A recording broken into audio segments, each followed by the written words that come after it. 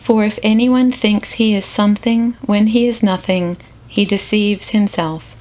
For by the grace given to me, I say to everyone among you, not to think of himself more highly than he ought to think, but to think with sober judgment, each according to the measure of faith that God has assigned.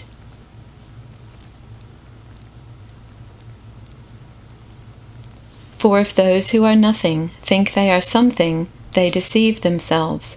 For by the grace given to me, I say to everyone among you, not to think of yourself more highly than you ought to think, but to think with sober judgment, each according to the measure of faith that God has assigned.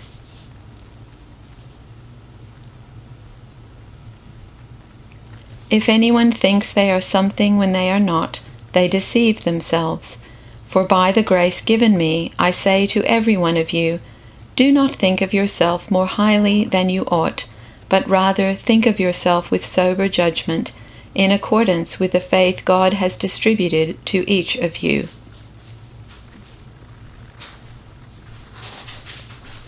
If you think you are too important to help someone, you are only fooling yourself.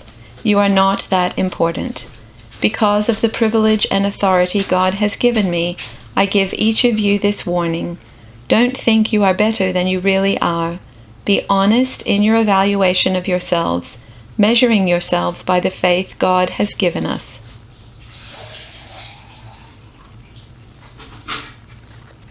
If you think you are too good for that, you are badly deceived. I'm speaking to you out of deep gratitude for all that God has given me, and especially as I have responsibilities in relation to you.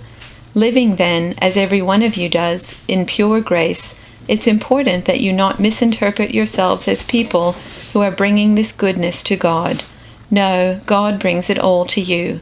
The only accurate way to understand ourselves is by what God is and by what He does for us, not by what we are and what we do for Him.